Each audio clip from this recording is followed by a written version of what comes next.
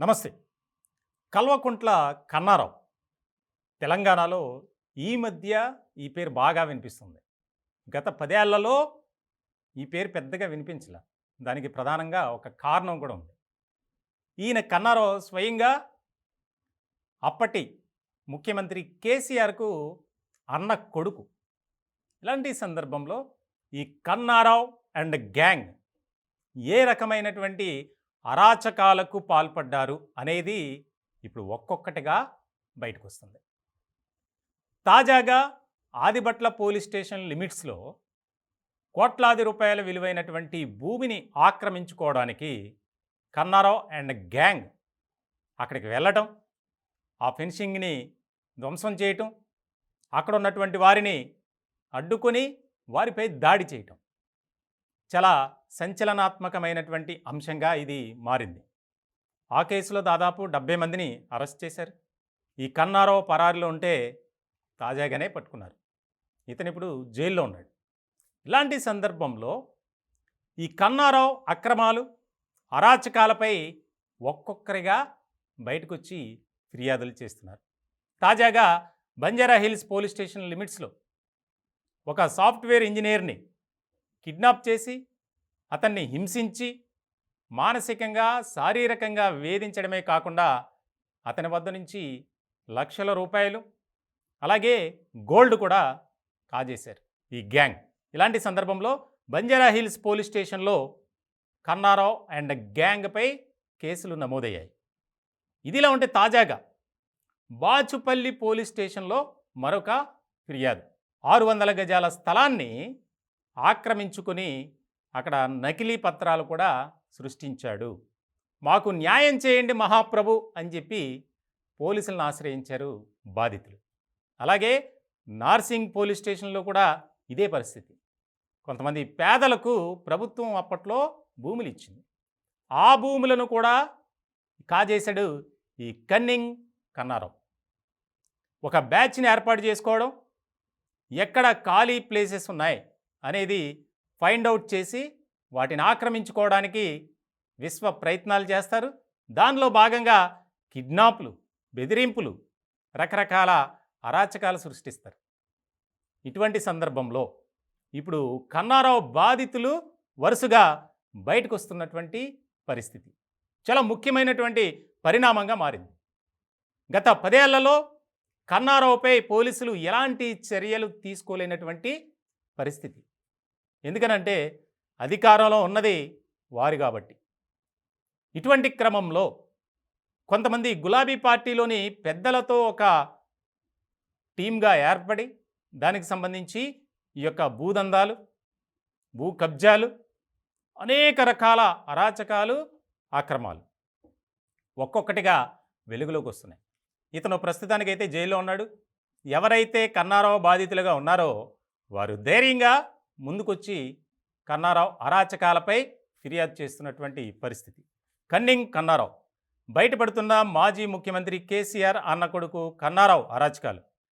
గత 10 ఏళ్లలో బెదిరింపులు, కిడ్నాప్లతో కోట్ల రూపాయలు కొల్లగొట్టిన కన్నారావు అండ్ గ్యాంగ్. గతంలోనే ఎన్నో ఫిర్యాదులు వచ్చినా ఏమీ చేయలేకపోయారు పోలీసులు. ఏం చేయగలరు? ఏదైనా ఫిర్యాదు వస్తే కనీసం అతని నుంచి ఏదైనా సమాచారం రాబట్టడానికి ఫోన్ చేసేటువంటి పరిస్థితి కూడా లేదు. గత ప్రభుత్వంలోని పెద్దల అండదండలు బాగా ఉండడంతో రెచ్చిపోయిన కన్నారావు ఇప్పుడు ఒక్కొక్కరిగా బయటకు వస్తున్న కన్నారావు బాధితులు. తాజాగా నిజామాపేటలోని కన్నారావు గ్యాంగ్ ఖరీదైన 600 గజాల భూమిని కబ్జా చేసినట్లు బాధితుడు బాచుపల్లి పోలీస్ స్టేషన్లో ఫిర్యాదు చేశాడు. ఆదిబట్లలో కోట్లాది రూపాయల విలువగల భూమిని ఆక్రమించుకోవడానికి దాడి చేయించిన ఘటనలో అరెస్టై చర్లపల్లి జైలులో ఉన్నారు కన్నారావు.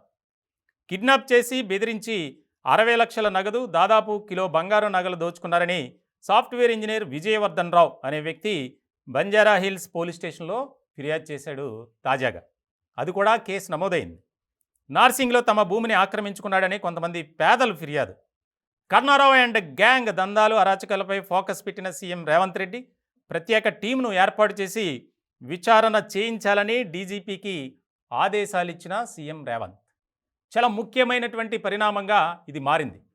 మనం చూసాం కరీంనగర్ ఆ ప్రాంతంలో మాజీ మంత్రి గంగుల కమలాకర్ బ్యాచ్ ఏ రకంగా రెచ్చిపోయారో దానికి డబల్ డబల్ డబల్ అన్నట్లు ఈ కన్నారావు అండ్ గ్యాంగ్ రెచ్చిపోయారు.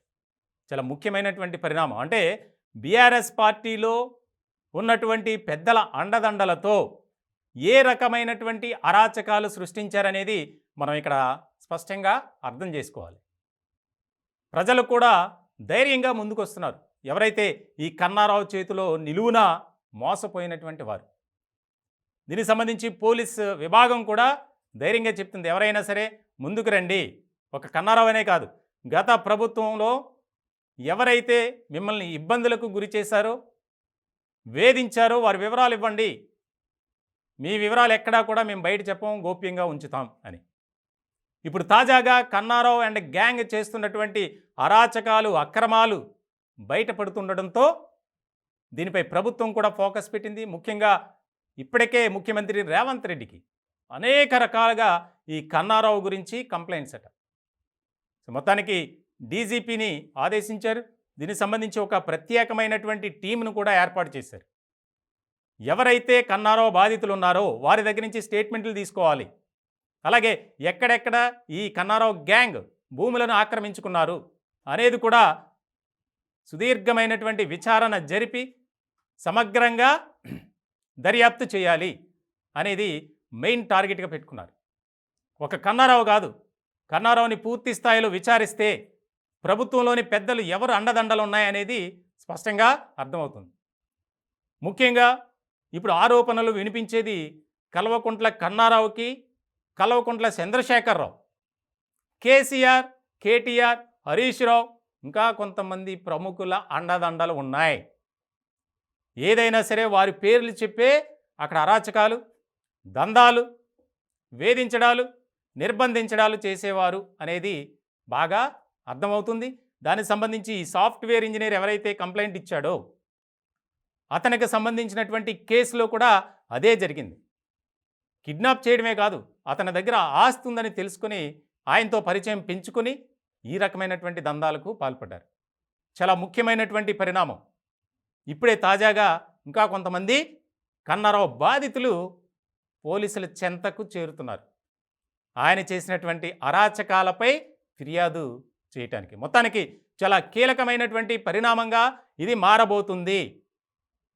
రానున్న కాలంలో ఇంకా కన్నారావు అరాచకాలు కూడా ఒక్కొక్కటిగా బయటపడే అవకాశాలు అయితే స్పష్టంగా కనిపిస్తున్నాయి. దీనికి సంబంధించి పూర్తి స్థాయి విచారణ కూడా మరికొద్ది గంటల్లోనే ప్రారంభం కాబోతుంది.